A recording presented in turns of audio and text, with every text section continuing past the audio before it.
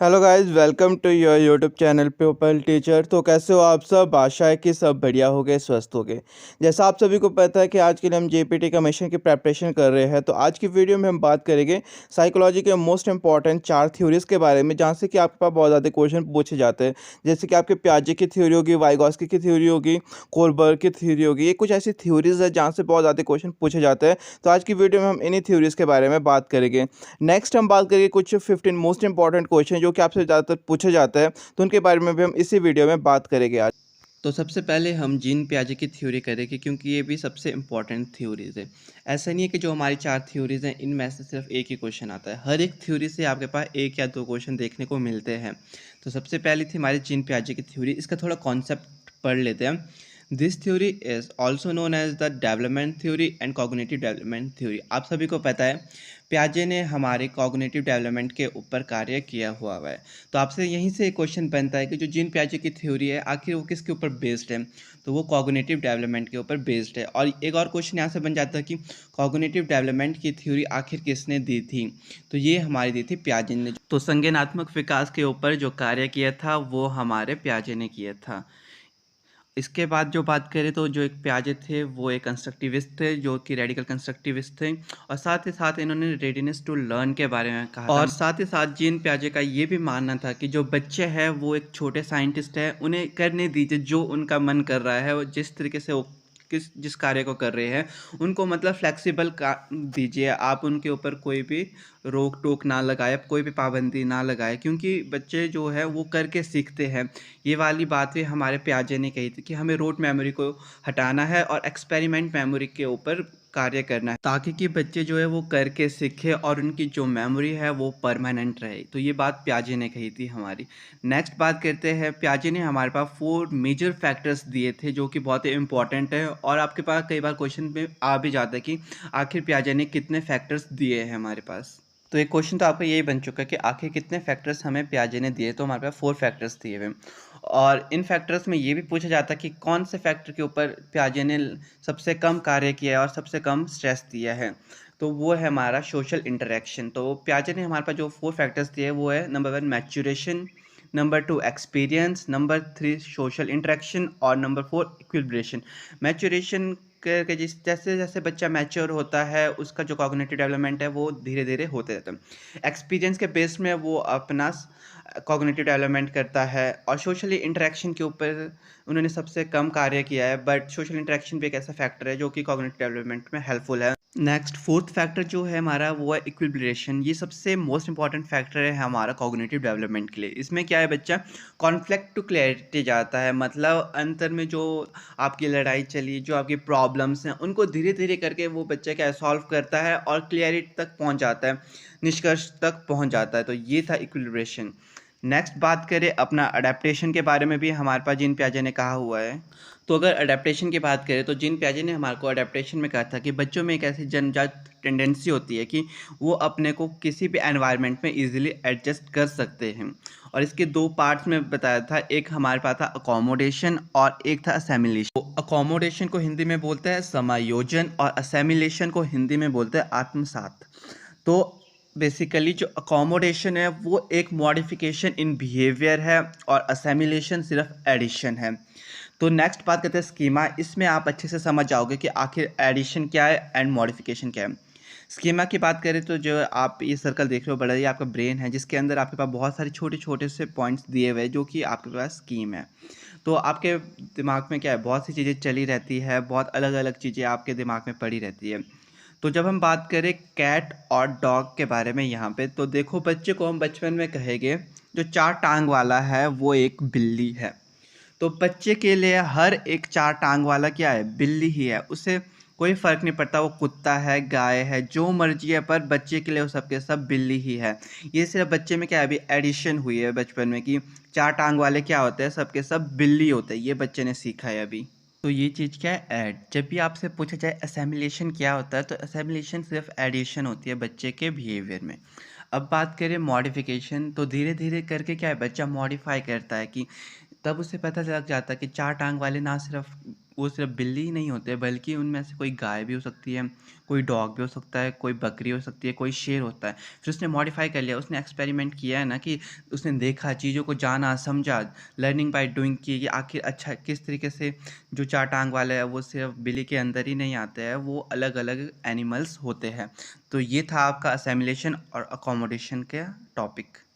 तो नेक्स्ट बात करते हैं अपनी 4 स्टेजेस जो कि पियाजे ने दी हुई है। यहाँ से आपके पास हर साल क्वेश्चन आता है कि पियाजे ने कितनी स्टेजेस दी है, तो ये आपने याद रखना है। जो पियाजे की स्टेजेस है वो 4 स्टेजेस हैं। पहली है हमारी सेंसरी मोटर स्टेज, सेकंड है हमारी प्री ऑपरेशनल स्टेज, थर्ड है हमारी कॉन्क्रीट ऑपरेशनल स्टेज और लास्ट है हमारी formal operational stage. Sensory motor stage हमारे बर्थ से लेकर 2 साल तक की होती है, प्री ऑपरेशनल स्टेज 2 साल से लेकर 7 साल तक चलती है, कॉन्क्रीट ऑपरेशनल स्टेज हमारी 7 से 11 साल चलती है और फॉर्मल ऑपरेशनल स्टेज हमारी 12 से अडल्टहुड तक चलती है। और ये एक चार्ट है जिसमें कि आपको सारी स्टेजेस, सब स्टेजेस के बारे में बताया गया है। जिसको डिटेल में देखना होगा वो इससे देख लेना और मैं इसको बैच में भी शेयर कर लूँगा, आप वहाँ पे इजीली नोट्स फिर बना सकते हो। तो अब हम इन स्टेजेस को थोड़ा डीपली जाके पढ़ेंगे कि आखिर इन स्टेजेस में क्या क्या चीज़ें बताई गई है। और जितनी भी चीज़ें मैंने आपको अभी इस वीडियो में बताई है उससे बाहर आपके पास कोई भी टॉपिक नहीं आएगा, उससे बाहर कोई भी क्वेश्चन नहीं आएगा। इन स्टेजेस के अंडर जो जो पॉइंट्स हैं यही क्वेश्चन्स आएंगे, इसलिए आप इन्हीं को नोट डाउन करना। तो सबसे पहले बात करें तो जो सेंसरी मोटर स्टेज है ये कब से लेकर कब तक चलते हैं, ये क्वेश्चन सबसे पहला बनता है आपका। तो ये आपके बर्थ से लेकर 2 साल तक चलती है। यहाँ पे बच्चा क्या है, बेसिकली अपने सेंसेस के थ्रू सीखता है, जो हमारी 5 इंद्रियाँ हैं उनके थ्रू सीखता है। सबसे पहले देखो पॉइंट यहाँ दिया है, सेंसेस आर टीचर। जो हमारी सेंसेस है, जो 5 इंद्रियाँ हैं वो एक टीचर का कार्य करती है, वो बच्चे को सीखने में हेल्प करती है। Number 2 object permanence. 9 से लेकर 11 मंथ का जो बच्चा होता है वहाँ पे ऑब्जेक्ट परमानेंस होता है। यहाँ से क्वेश्चन बनता है कि ऑब्जेक्ट परमानेंस कौन सी स्टेज में आ जाता है बच्चे में, तो ये आपका सेंसरी मोटर स्टेज के अंदर आता है। और कब से लेकर कौन से महीने तक होता है, तो ये 9 से लेकर 11 महीने के अंदर आ ही जाता है बच्चे के अंदर। नेक्स्ट बात करें तो इमिटेशंस के बारे में बात करें तो यहाँ पे जो बच्चा है वो इमिटेशंस के बारे में, इमिटेशन से सीखता है। जो आपका ट्रायल एंड एरर मेथड है उससे सीखता है इस सेंसरी मोटर स्टेज में। तो नेक्स्ट बात करें, जो सेंसरी मोटर स्टेज है उसको रिफ्लेक्स एक्शन स्टेज भी कहा जाता है, ये भी आपसे क्वेश्चन पूछा जाता है। और यहाँ पे एक क्वेश्चन पूछा जाता है कि सेंसरी मोटर स्टेज की आखिर कितनी सब स्टेजेस हैं, तो इसकी हमारे पास 6 सब स्टेजेस है, ये भी एक क्वेश्चन यहाँ से बनता है आपके पास। और जो आपकी सेंसरी मोटर स्टेज है ये आपकी फर्स्ट स्टेज और इन्फेंसी स्टेज है, ये भी क्वेश्चन पूछा जाता है कि आखिर पियाजे ने सबसे पहले कौन सी स्टेज दी है, तो हमारी सेंसरी मोटर स्टेज है। नेक्स्ट बात करें तो intelligence is demonstrated through motor activity without the use of symbol. मैंने आपको कहा है जो आपकी 5 इंद्रियाँ है बच्चा सिर्फ उन्हीं से सीखता है, बाकी और सिंबल वगैरह का यूज़ नहीं करता है। और जो सेंसरी मोटर स्टेज होती है ये हमारी गोल डायरेक्टेड स्टेज होती है। नेक्स्ट बात करें सेकंड स्टेज जो मार्क होती हुई है प्री ऑपरेशनल स्टेज, ये बच्चे में 2 से लेकर 7 वर्ष तक चलती है। तो जो प्री ऑपरेशनल स्टेज है इस स्टेज में जो बच्चा है ना, children learn by imitation and play method. जो बच्चा है वो इमिटेशन मेथड्स और प्ले मेथड से चीज़ों को सीखता है, समझता है। नेक्स्ट बात करें तो ईगो सेंट्रिक। जो बच्चा है वो ईगो सेंट्रिक हो जाता है, वो जो चीज़ कह रहा है वो ही सही है, उसको जो चीज़ चाहिए वो चाहिए ही है इस स्टेज, ये वाली स्टेज में। और नेक्स्ट बात करें तो children take non living object as a living object. तो इस स्टेज में जो बच्चा है ना उसके लिए जो नॉन लिविंग ऑब्जेक्ट्स है वो उसके लिए लिविंग ऑब्जेक्ट्स हैं। मतलब उसके पास कोई छोटा टैडी होगा तो उसको इस तरीके से बिहेव करेगा वो कि मानो कि वो भी एक जीव है और उसके लिए मतलब उसके इमोशंस होगी। अगर उसको हम नीचे गिरा ले तो वो उसको उठाएगा और ऐसे सोचेगा कि ये रोएगा, जिस तरीके का बच्चा अपने को सोचता है। तो इस स्टेज में जो बच्चा है उसके लिए जितने भी नॉन लिविंग ऑब्जेक्ट्स होते हैं वो लिविंग ऑब्जेक्ट्स होते हैं, सब चीज़ सेम होती है उसके लिए।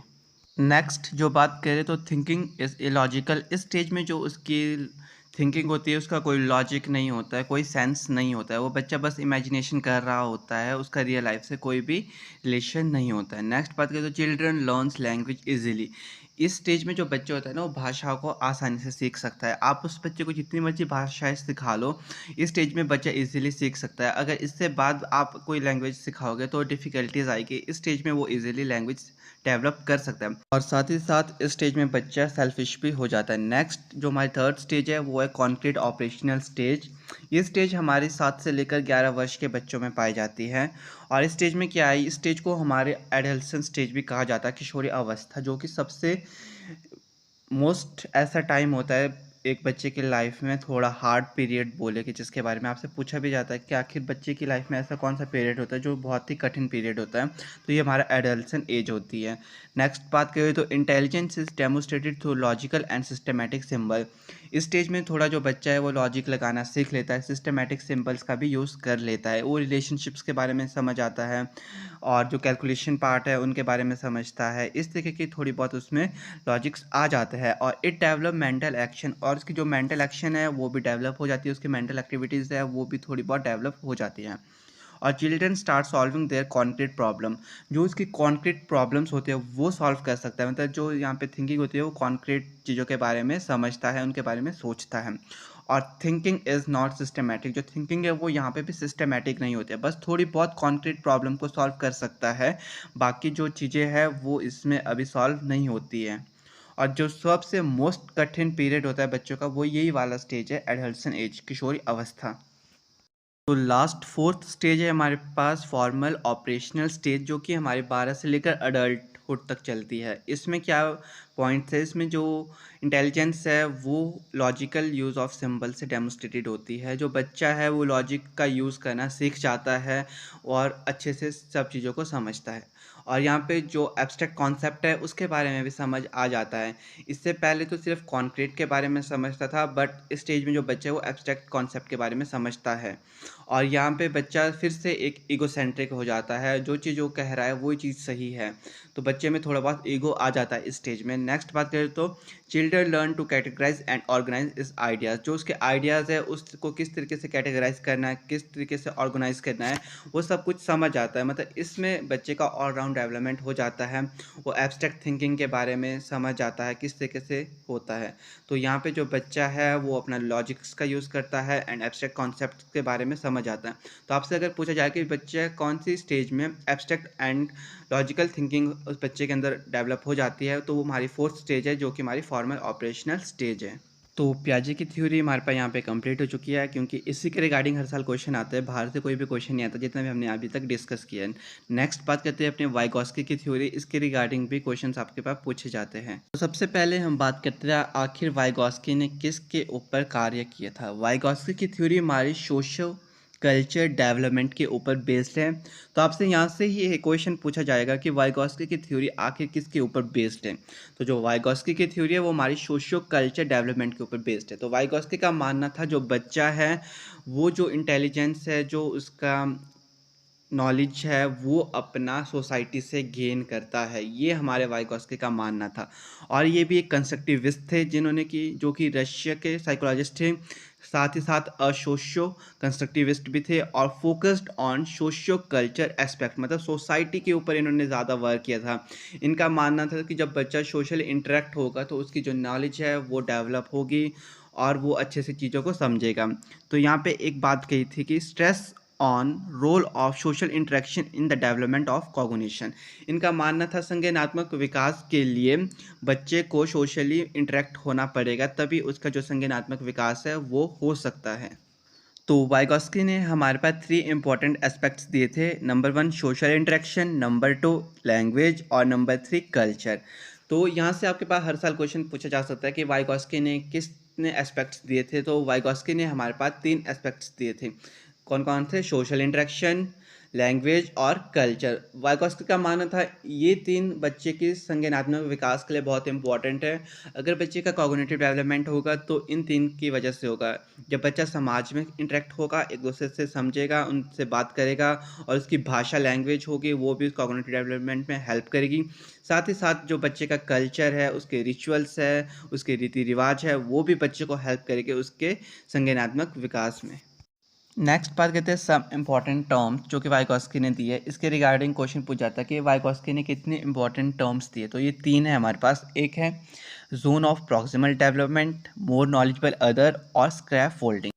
तो जो हमारे पास यहाँ पे ZPD है वो एक ऐसा एरिया है जहाँ पे कि आपको किसी पर्सन की हेल्प की ज़रूरत होती है किसी चीज़ को अचीव करने के लिए, और जो पर्सन होगा वो मोर नॉलेजेबल अदर होगा। मतलब कि आप टैट की प्रिपरेशन कर रहे हो तो टैट को क्वालिफाई करने के लिए आपको किसी टीचर की हेल्प की ज़रूरत होगी। तो जो टीचर है वो मोर नॉलेजेबल अदर है, जो कि आपको टेट की प्रिपरेशन के लिए हेल्प कर रहा है। और जो हेल्प कर रहा है वो एक स्क्रैप फोल्डिंग की तरह है, मतलब कि एक थोड़ा टेम्परेरी सपोर्ट है आपके लिए। क्योंकि देखो अभी आप टेट की प्रिपरेशन कर रहे हो तो कुछ दिन तक, मतलब 35 डेज़ तक आपको वीडियोस मिलेगी और नोट्स मिलेंगे, और उसके बाद आपको खुद से प्रिपरेशन करनी होगी। जो 35 डेज़ तक आपको हेल्प मिल रही है वो एक स्क्रैप फोल्डिंग है। उसके बाद जो आप कार्य करोगे वो आप अपने दम पे करोगे टेट की प्रिपरेशन के लिए। तो वाइगॉस्की की थ्योरी भी कंप्लीट हो गई। ज़्यादातर यही क्वेश्चन पूछा था जो मैंने आपको अभी तक बताया है। नेक्स्ट बात करते हैं हम अपने एरिक्सन की थ्योरी। यहाँ से भी आपके पास हर साल क्वेश्चन पूछे जाते हैं, और यहाँ से सिर्फ 2 या 3 क्वेश्चन पूछे जाते हैं, और सबसे इजी क्वेश्चन आते हैं यहाँ आपके पास एरिक्सन की थ्योरी से। तो सबसे पहले हम बात करते हैं आखिर एरिक्सन ने हमारे किसके ऊपर थ्योरी दी थी। तो जो एरिक्सन ने थ्योरी दी थी वो दी थी हमारे को साइको सोशल डेवलपमेंट के ऊपर। तो यहाँ से सिर्फ आपके पास एक यही क्वेश्चन पूछा जाता है कि जो साइको सोशल डेवलपमेंट की थ्योरी है वो आखिर किसने दी है। तो ये थ्योरी हमारे को किसने दी है, एरिक्सन ने। और दूसरा क्वेश्चन ये पूछा जाता है कि एरिक्सन ने हमारे को कौन सी थ्योरी दी है। तो एरिक्सन ने हमारे को साइको सोशल डेवलपमेंट की थ्योरी दी है। 2 क्वेश्चन हो गए हमारे पास। और नेक्स्ट जो क्वेश्चन पूछा जाता है वो यहाँ पे हमारे पास स्टेजेस से रिगार्डिंग क्वेश्चन पूछा जाता है। तो ज़्यादा डिटेल और बकवास नहीं करेगी, क्योंकि हमारे पास क्वेश्चन ये पूछा जाता है कि थ्योरी किसके ऊपर बेस्ड है और स्टेजेस क्या है। तो जो स्टेजेस है, एरिक्सन ने कितनी स्टेजेस दिया यही क्वेश्चन पूछा जाता है। तो एरिक्सन ने हमारे पास 8 स्टेजेस दिए। बस इतने 3 क्वेश्चन है जो आपसे पास पूछे जाते हैं यहाँ से। नेक्स्ट और लास्ट जो थ्योरी हमारे से पूछी जाती है वो है हमारे पास कोलबर्ग मॉरल डेवलपमेंट थ्योरी। तो यहाँ से भी सबसे पहला क्वेश्चन यही बनेगा कि आखिर कोलबर्ग ने किसके ऊपर कार्य किया था। तो कोलबर्ग ने हमारी मोरल डेवलपमेंट के ऊपर कार्य किया था। तो आपसे क्वेश्चन पूछा जाएगा कि मोरल डेवलपमेंट की थ्योरी किसने दी थी, तो वो हमारी कोलबर्ग ने दी थी। और जो कोलबर्ग थे वो हमारे अमेरिकन साइकोलॉजिस्ट थे। ये भी क्वेश्चन कई बार पूछते जाता है। तो बेसिकली मोरालिटी होता है right and wrong, both are based upon the principle of morality, जहाँ पे आप ये सीखते हैं कि आखिर क्या चीज़ सही है और क्या चीज़ गलत है। ये आपकी मोरालिटी के ऊपर बेस्ड होती है। यहाँ से यही क्वेश्चन पूछा जाएगा, एक तो आपसे किस मोरल डेवलपमेंट की थ्योरी किसने दी है, और मोरालिटी क्या आती है, मोरालिटी किसके ऊपर बेस्ड है। तो मोरालिटी राइट और रॉन्ग के प्रिंसिपल के ऊपर बेस्ड होती है। नेक्स्ट बात करें तो यहाँ पे हमारे पास 3 लेवल्स दिए हुए हैं और 6 स्टेजेस है। ईच लेवल में 2-2 स्टेजेस हमारे पास दी हुई है। तो जो 3 लेवल्स है वो है हमारे पास pre conventional level, conventional level और पोस्ट कन्वेंशनल लेवल। जो प्री कन्वेंशनल लेवल है ये हमारा 10 साल से पहले का पीरियड है, मतलब प्राइमरी चिल्ड्रंस, ये वाला स्टेजेस होती है हमारी। नेक्स्ट बात करें तो टीनेज एडल्सन जो एज है हमारी, ये 18 साल से पहले वाली स्टेज है। और जो पोस्ट कन्वेंशनल लेवल है ये हमारा पोस्ट एडल्सन एज, मतलब 18 साल के बाद का लेवल है। तो ये हमारे पास 3 लेवल्स है। तो क्वेश्चन भी आपके पास हर साल यही पूछा जाता है कि आखिर जो कोलबर्ग है उसने कितने लेवल्स दिए। तो हमारे पास 3 लेवल्स दिए हुए हैं, और अगर पूछा जाए कि स्टेजेस कितनी है तो वो हमारे पास 6 स्टेजेस दी हुई है। नेक्स्ट अब हम बात करते हैं कि आखिर इन लेवल के अंदर कौन कौन से स्टेजेस है। नेक्स्ट बात करें तो प्री कन्वेंशनल लेवल, तो इसमें हमारे पास 2 स्टेजेस है, एक है ओबीडियंस एंड पनिशमेंट, और नेक्स्ट जो स्टेज है हमारे पास वो है हमारे पास rewards orientation and mutual exchanging. तो जो आपसे कई बार क्वेश्चन पूछा जाए कि जो बच्चे में पनिशमेंट का डर रहता है या वो किसी कार्य को करता है तो वो कौन से स्टेज है, वो हमारे पास फर्स्ट स्टेज है। और जो दूसरी स्टेज है वहाँ पे क्या है, म्यूचुअल एक्सचेंजिंग, रिवॉर्ड्स के बारे में, टिट फॉर टैट, सेल्फ के बारे में सोचता है, सेल्फ इंटरेस्ट के बारे में, ईगोसेंट्रिक बोल सकते हो आप बच्चे को यहाँ पे। अगर तूने मेरे साथ गलत किया तो मैं भी तेरे साथ गलत करूँगा, ये वाली भावना बच्चे में आती है। नेक्स्ट जो सेकंड लेवल हमारे पास दिया हुआ है यहाँ पे वो है हमारे पास कन्वेंशनल लेवल। इसके अंदर भी 2 स्टेजेस है। पहली स्टेज है हमारे पास good boy and nice girl orientation, और नेक्स्ट जो स्टेज है वो है हमारे पास legal orientation and laws and order. तो यहाँ पे जो बच्चे में होता है वो गुड बॉय और गुड गर्ल ओरिएंटेशन। जो बच्चा है इस स्टेज में ये सुनना चाहता है कि तुम अच्छे लड़के हो, तुम अच्छी लड़की हो, ये वाली स्टेज में ये होता है।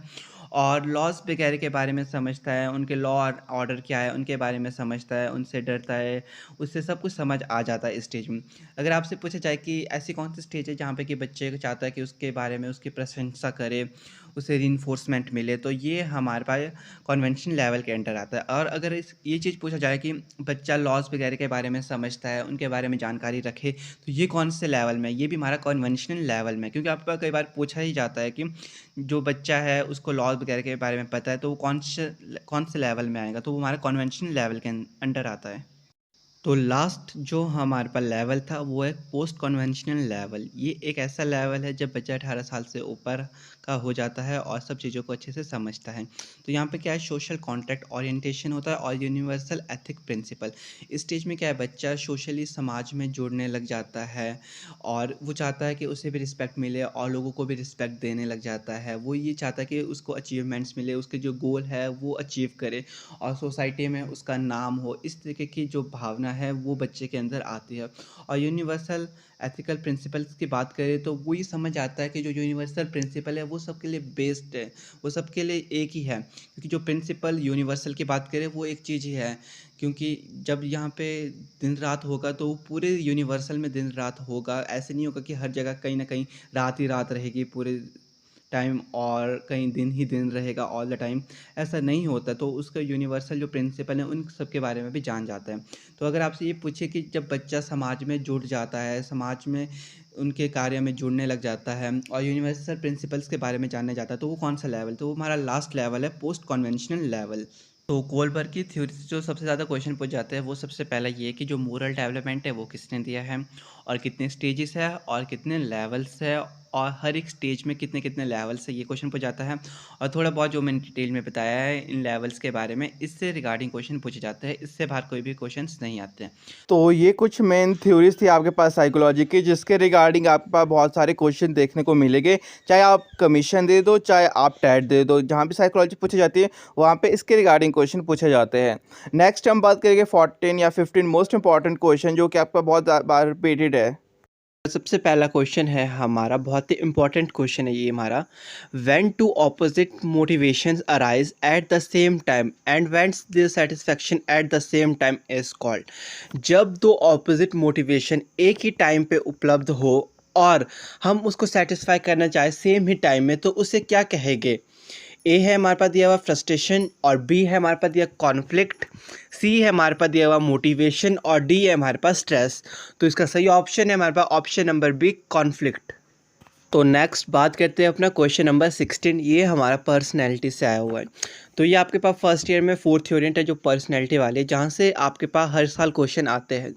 देखो जो क्वेश्चन पेपर प्रीवियस ईयर के क्वेश्चन पेपर का ज़्यादातर मोटिव से ही होता है कि हमारे को ये पता चले आखिर किस तरीके के क्वेश्चन हमारे से पूछे जाते हैं और कौन सा टॉपिक हमारे पास रिपीटेड है। तो पर्सनैलिटी वाले एक ऐसा टॉपिक है जो रिपीटेड है, तो इसको आप अच्छे से तैयार करना। तो जो क्वेश्चन हमारे पास यहाँ पूछा गया था, which is not a personality test, कौन सा हमारा पर्सनैलिटी टेस्ट नहीं है। तो ए हमारे पास दिया हुआ था यहाँ पे रोशा टेस्ट और बी है हमारे पास दिया हुआ 16 PF क्वेश्चनेयर और सी है हमारे पास दिया हुआ टैट और डी है हमारे पास दिया हुआ बिनेस साइमन स्केल। तो जो यहाँ पे सही ऑप्शन है हमारे पास वो है option number D, Binet's Simon scale. तो अब हम बात करते हैं अपना नेक्स्ट क्वेश्चन, क्वेश्चन नंबर 17 जो हमारे से पूछा गया था। यहाँ हमसे पूछा गया था who gave the theory of psychological development. तो मनोवैज्ञानिक विकास का सिद्धांत किसने दिया। इस तरह के क्वेश्चन भी आपके पास बहुत बार पूछे गए कि आखिर किसने कौन सा सिद्धांत दिया है या किसके प्रतिपादन कौन है। तो ये वाला क्वेश्चन भी बहुत इंपॉर्टेंट है। तो जो हमारा साइकोलॉजिकल डेवलपमेंट की थ्योरी थी ये हमारे को एरिक्सन ने दी थी। तो यहाँ पे सही ऑप्शन है हमारे पास option number C, Erikson. Next question number 18 बहुत ही इंपॉर्टेंट क्वेश्चन है, इसको आप नोट डाउन कर लेना क्योंकि इस तरीके के क्वेश्चन आपके पास पूछे जाते हैं। When was first psychological lab established in India? Bharat में प्रथम मनोवैज्ञानिक की प्रयोगशाला कब स्थापित हुई थी। तो ये हमारी हुई थी 1916 में। इसका सही ऑप्शन है हमारे पास ऑप्शन नंबर बी, 1916। और यहीं से आपके पास एक और क्वेश्चन भी बन सकता है कि आखिर कहाँ पे स्थापित हुई थी सबसे पहले। तो ये हमारी कोलकाता में स्थापित हुई थी। जो हमारी फर्स्ट साइकोलॉजिकल लैब एस्टैब्लिशमेंट हुई थी वो भी इंडिया की बात हो रही है, ये याद रखना आपको। इंडिया की बात हो रही तो 1916 में हुई थी और हुई थी हमारी कोलकाता में। तो नेक्स्ट बात करते हैं अपना क्वेश्चन नंबर 19। ये हमारा चाइल्ड सेंटर्ड एजुकेशन वाला जो टॉपिक है ये भी बहुत इंपॉर्टेंट टॉपिक है। जो इम्पोर्टेंट टॉपिक है उसके बारे में आपको बता रहा हूँ, जिसकी पर्सनैलिटी वाला था हमारा इसमें एक चाइल्ड सेंटर्ड वाला है, क्योंकि टॉपिक जो होते हैं ना उसके रिगार्डिंग क्वेश्चन आपसे पूछे जाते हैं। तो यहाँ पे जो क्वेश्चन पूछा गया है हिंदी मीडियम में हमारे पास, वो पूछा गया है, बाल केंद्रित शिक्षा का समर्थन निम्नलिखित में से किस विचारक द्वारा किया गया। आखिर जो चाइल्ड सेंटर्ड एजुकेशन थी वो किस थिंकर के द्वारा एडवोकेटेड की गई थी। तो क्वेश्चन जो हमारे से पूछा गया था इंग्लिश मीडियम में वो था, child centred education was advocated by which of the following thinker. तो जो हमारी चाइल्ड सेंटर्ड एजुकेशन थी वो हमारी दी गई थी जॉन डिवे ने। जो जॉन डिवे थे वो उसके समर्थन थे, उनके द्वारा एडवोकेटेड की गई थी। तो जो हमारा यहाँ पे सही ऑप्शन है वो है ऑप्शन नंबर डी। तो नेक्स्ट अब हम बात करते हैं क्वेश्चन नंबर 20 क्या पूछा गया था हमारे पास। तो ये हमारे एक पियाजे की थ्योरी, आपको पता है एक जो पियाजे है वो हमारे एक साइकोलॉजिस्ट है जिन्होंने बहुत ही बड़ा मतलब थ्योरी दी थी हमारे पास, किसके ऊपर, कॉग्निटिव डेवलपमेंट के ऊपर इन्होंने वर्क किया हुआ है। तो पियाजे की थ्योरी ही हमारी कॉग्निटिव डेवलपमेंट के ऊपर है हमारा। तो क्वेश्चन जो हमारे से पूछा गया यहाँ पे वो पूछा गया कि पियाजे which stage is related to abstract and logical thinking. आखिर पियाजे की कौन सी अवस्था मूर्त और तर्क चिंतन से संबंधित है। ए है हमारे पास सेंसरी मोटर स्टेज। देखो सेंसरी मोटर स्टेज नहीं है, क्योंकि सेंसरी मोटर स्टेज में बच्चा क्या है अपने सेंसेस के थ्रू समझता है। जैसे कि आप सभी को पता है कि हमारी 5 सेंसेस है जो कि मेनली है, वैसे 6 है, पर जो 5 से मेन सेंसेस है उसके थ्रू जो बच्चा है सबसे पहले चीज़ों को समझता है, और लॉजिक वगैरह तो बिल्कुल नहीं होता, क्योंकि ये वाली अवस्था ही हमारी बर्थ से लेकर 2 साल तक की होती है। नेक्स्ट बात करें तो प्री ऑपरेशनल स्टेज। इस स्टेज में भी जो बच्चा है वो एब्स्ट्रैक्ट और लॉजिकल थिंकिंग के बारे में नहीं सोचता है, बल्कि इस स्टेज में सिर्फ बच्चा क्या है, लैंग्वेज को डेवलप करता है और ईगोसेंट्रिक हो जाता है थोड़ा इस स्टेज में बच्चा। और जो इसकी स्टेज है ये चलती है हमारी 2 से लेकर 7 वर्ष तक की होती है। सी है हमारे पास दिया हुआ फॉर्मल ऑपरेशनल स्टेज। हाँ जी, जो फॉर्मल ऑपरेशनल स्टेज है यहाँ पे बच्चा हमारा एब्स्ट्रैक्ट और लॉजिकल थिंकिंग थोड़ी बहुत उसकी स्टार्ट हो जाती है। और डी है हमारे पास दिया हुआ कॉन्क्रीट ऑपरेशनल स्टेज। इस स्टेज में क्या है, बच्चा कॉन्क्रीट चीज़ों के बारे में समझता है, हाइपोथेसिस के बारे में समझता है, ऑल राउंड डेवलपमेंट हो जाती है। जो हमारी फॉर्मल ऑपरेशनल स्टेज है ना, यहाँ पे जो बच्चा है तो वो एब्स्ट्रैक्ट और लॉजिकल थिंकिंग के बारे में समझता है। तो इसका सही ऑप्शन है हमारे पास ऑप्शन नंबर सी। तो नेक्स्ट अब हम बात करते हैं क्वेश्चन नंबर 21। यहाँ पे आईक्यू टेस्ट के बारे में पूछेंगे। आईक्यू टेस्ट के रिगार्डिंग आपके पास हर साल क्वेश्चन आते हैं, कई बार आपसे फार्मूला पूछा जाता है, कई बार आपको आईक्यू निकालने को बोला जाता है, या कुछ भी आपको क्वेश्चंस में दिया जाता है फार्मूला के रिगार्डिंग आपको निकालने के लिए। तो यहाँ पे हमारे से पूछा ही गया था क्वेश्चन नंबर 21 में, a child of 16 years score 75 in IQ test, his mental age will be dash year. क्या एक बच्चा है जिसकी आयु कितनी है, 16 वर्ष है। बच्चे की जो आयु है वो हमारे को दे रखी है 16 वर्ष, और जिसकी बुद्धि लब्धि बोले आईक्यू है वो है हमारे पास 75। और निकालने को क्या बोला है हमारे पास, यहाँ पे मेंटल एज निकालने को बोली है। तो इसको हम एक फार्मूले के थ्रू समझेंगे। तो आइए वीडियो में समझते हैं। तो हमारे पास एक फार्मूला है, वो है आईक्यू टेस्ट निकालने का। जो आईक्यू टेस्ट कैसे निकलता है, आईक्यू टेस्ट निकलता है हमारा IQ equal to MA/CA into 100। MA क्या है हमारा मेंटल एज, और CA हमारा क्रॉनिकल एज। अब देखो जो हमारे को क्वेश्चन में पूछा गया निकालने को, वो पूछा गया है हमारे पास मेंटल एज, बच्चे की क्या निकालनी है हमारे को, मेंटल एज कितनी है। तो IQ हमारे पास दे रखा है 75। कई बार आपको IQ निकालने को बोलते तो MA दे रखा होता है, तो मेंटल एज दे रखी होती है, पर यहाँ पे हमारे को मेंटल एज निकालनी है। तो हमारे IQ दे रखा कितना, 75 इक्वल टू MA बोले तो मेंटल एज हमारे को निकालनी है। तो ये हम MA लिखेंगे अपॉन 16, जो क्रॉनिकल एज थी वो हमारे को दे रखी थी 16, बच्चे की जो क्रॉनिकल एज है, इंटू 100। अब हम MA को अरे ला लेंगे और 75 इंटू 16 अपॉन 100 हो जाएगा। जब हम 75 को 16 से मल्टीप्लाई करेंगे तो ये हमारा बनता है 1200 अपॉन 100। तो डिवाइड करने पे 0 से 0 कैंसिल हो गए, तो हमारे पास बच के नॉर्मली 12। तो जो हमारे पास आंसर आया है वो है 12। इसका मतलब जो एक बच्चे की मेंटल एज है यहाँ पे वो हमारे पास 12 वर्ष है, और जो उसकी क्रॉनिकल एज है वो है उसकी 16 वर्ष। तो जो हमारे पास क्वेश्चन नंबर 21 का सही ऑप्शन आया है वो ऑप्शन नंबर सी 12 ईयर। तो बच्चे की मेंटल एज है हमारे पास 12 ईयर्स। अब बात करते हैं अपना नेक्स्ट क्वेश्चन, क्वेश्चन नंबर 22। ये हमारा CCE से आया हुआ है, बहुत ही इंपॉर्टेंट टॉपिक है आपके पास CCE। तो यहाँ पे क्वेश्चन हमारे पास पूछा गया था, which of the following evaluation comes in the continuous and comprehensive evaluation. आखिर कॉन्टिन्यूस एंड कॉम्प्रिहेंसिव इवेल्युएशन के अंदर कौन सी चीज़ आती है हमारे पास जो नीचे दिए हुए फॉलोइंग में, ठीक है। ऑप्शन नंबर ए है हमारे पास दिया हुआ ओनली फॉर्मेटिव असेसमेंट, सिर्फ फॉर्मेटिव असेसमेंट से आती है। बी है हमारे पास दिया हुआ ओनली सुमेटिव असेसमेंट, क्या सिर्फ सुमेटिव असेसमेंट से आती है। सी है हमारे पास neither formative assessment nor summative assessment, ना ही फॉर्मेटिव असेसमेंट आती है ना ही सुमेटिव असेसमेंट आती है, ऐसा तो हो ही नहीं सकता। कॉन्टिन्यूस एंड कॉम्प्रिहेंसिव इवैल्यूएशन में फॉर्मेटिव और सुमेटिव असेसमेंट ना हो, ये बिल्कुल भी नहीं है। और डी है हमारे पास दिया हुआ बोथ फॉर्मेटिव एंड सुमेटिव असेसमेंट, तो ये हमारा सही ऑप्शन है, ऑप्शन नंबर डी। क्योंकि कॉन्टिन्यूस एंड कॉम्प्रिहेंसिव इवैल्यूएशन के अंदर दोनों चीज़ें आती है, वो चाहे हमारी फॉर्मेटिव असेसमेंट्स हो चाहे सुमेटिव असेसमेंट्स हो। तो नेक्स्ट बात करते हैं अब हम traits of gifted students are, जो प्रतिभाशाली विद्यार्थी होते हैं आखिर उनके किस प्रकार के गुण होते हैं। ये वाला क्वेश्चन भी आपका ऐसा नहीं है कि जो बाहर से आया हुआ है, ये वाला क्वेश्चन भी आपके पास HP टेट में बहुत बार पूछा जाता है। और साथ ही साथ जो ये क्वेश्चन है आपका, ये आपके पास सेकेंड ईयर में है, गिफ्टेड स्टूडेंट्स के बारे में वहाँ पे बात हुई हुई है, जो प्रतिभाशाली बच्चे होते हैं आखिर वो किस प्रकार के होते हैं। ए हमारे पास दिया हुआ यूज़ मोर कॉमन सेंसेस, जो उनकी सामान्य बुद्धि का वो अधिक प्रयोग करते हैं, बिल्कुल सही बात है। जो गिफ्टेड हो गए, जो प्रतिभाशाली बच्चे होते हैं, जो बुद्धिमान बच्चे होते हैं, वो बहुत ज़्यादा अपनी जो है सामान्य बुद्धि का यूज़ करते हैं। बी ए हमारे पास believe in understanding subject matter, हाँ जी, वो विषय वस्तु को भी समझने की क्षमता रखते हैं, वो अच्छे से किसी भी चीज़ को अच्छे से समझ सकते हैं, ठीक है, ये भी ठीक बात है। सी हमारे पास दिया हुआ है have tendency of abstract thinking, वो हमारा जो एब्स्ट्रैक्ट थिंकिंग है उसके बारे में भी जानते हैं, एब्स्ट्रैक्ट थिंकिंग उनकी हाई लेवल की होती है, ये भी सही बात है। और डी है हमारे पास ऑल ऑफ द अबव, बिल्कुल सही। ये जितने भी हमारे पास all of the above option दिए गए हैं, ये सब के सब गिफ्टेड स्टूडेंट की एक विशेषताएं है, उनके गुण है। तो यहाँ पे सही ऑप्शन है हमारे पास ऑप्शन नंबर डी। तो नेक्स्ट अब हम बात करते हैं अपना क्वेश्चन नंबर 24 की, जो हमारे से पूछा गया है यहाँ पे, वो है which one of the following is the primary agency of socialisation.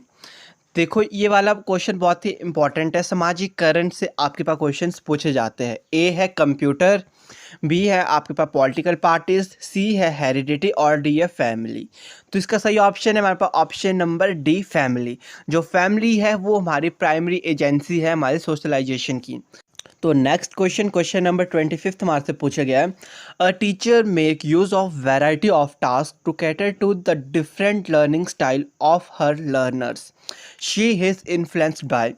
एक अध्यापिका है जो कि बहुत सारी वैरायटी ऑफ टास्क का यूज़ करती है अपने लर्निंग स्टाइल को डिफरेंट बनाने के लिए, इजी बनाने के लिए, जिससे कि बच्चे आसानी से सब चीज़ को सीख सकें। तो वो किसके द्वारा इन्फ्लुएंस की गई है, किसके द्वारा वो प्रभावित हुई हुई है। ए है हमारे पास दिया हुआ Gardner multiple intelligence theory, B है कोलबर्ग मोरल डेवलपमेंट थ्योरी, और सी है हमारे पास दिया हुआ वाइगॉस्की सोशल कल्चर थ्योरी, और D none of the above. तो इसका सही ऑप्शन है हमारे पास option number A Gardner multiple intelligence theory के द्वारा ही वो प्रभावित हुई, जिसके कारण वो बच्चों को अलग अलग तरह से बच्चों को पढ़ा रही है, जो उनका पढ़ने का स्टाइल है वो अलग अलग तरीके का है, मेथड्स का यूज़ कर रही है। तो इसलिए यहाँ पे सही ऑप्शन क्या है हमारा ऑप्शन नंबर ए।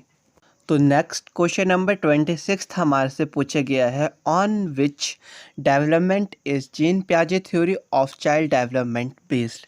तो जो हमारे जीन पियाजे थे ना, उन्होंने क्या बालक का विकास का सिद्धांत किस विकास पर आधारित है, आखिर उन्होंने किसके ऊपर जो हमारे को थ्योरी दी थी, ये बात मैंने इससे पहले भी आपको कही थी। ए है सोशल डेवलपमेंट, बी है कॉग्निटिव डेवलपमेंट, सी है हमारे पास दी हुई बायोलॉजिकल डेवलपमेंट, और डी है ऑल ऑफ द अबव। तो देखो पियाजे ने जो कार्य किया था वो इंसान के संज्ञानात्मक विकास के ऊपर किया था, ठीक है। तो इसका सही ऑप्शन है हमारे पास option number B cognitive development. Next बात करते हैं अपना क्वेश्चन नंबर 27 जो हमारे से पूछा गया है, वो है development is a dash process. तो डेवलपमेंट और ग्रोथ भी एक ऐसा टॉपिक है आपके पास जिसके रिगार्डिंग आपके पास क्वेश्चन पूछे जा सकते हैं, बहुत इजी क्वेश्चंस आते हैं इसके पास। आपके पास डेवलपमेंट किस प्रकार का एक प्रोसेस है, लिमिटेड नहीं है, और बी था हमारे पास कॉन्टिन्यूस, और सी है हमारे पास पॉजिटिव और डी है जनरल। तो इसका सही ऑप्शन है हमारे पास ऑप्शन नंबर बी कॉन्टिन्यूस। जो डेवलपमेंट है वो एक कॉन्टिन्यूस प्रोसेस है, वो हमेशा निरंतर चलने वाली प्रक्रिया, ऐसे नहीं कि जो रुक जाएगी। जो ग्रोथ है वो कुछ समय के बाद आपकी रुक सकती है। बच्चे की जो हाइट होगी, देखो ग्रोथ होती है, ग्रोथ के अंडर आती है जो हाइट वगैरह होती है, तो थोड़े समय के बाद रुक जाती है।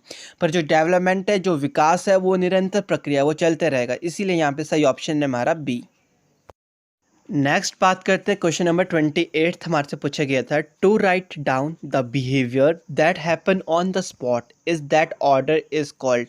मौके पर ही कोई घटना को हम किसी व्यवहार को उसी क्रम पे लिख रहे हैं तो उसको क्या कहलाएगा।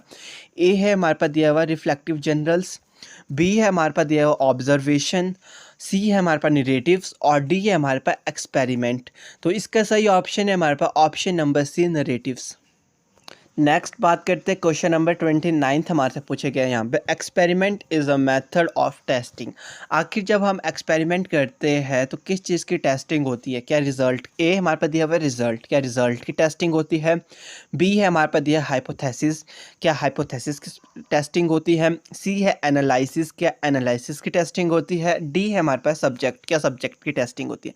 तो जो एक्सपेरिमेंट जो मेथड है, जब हमारी उसमें टेस्टिंग होती है तो हमारी हाइपोथेसिस की होती है, परिकल्पनाओं की होती है।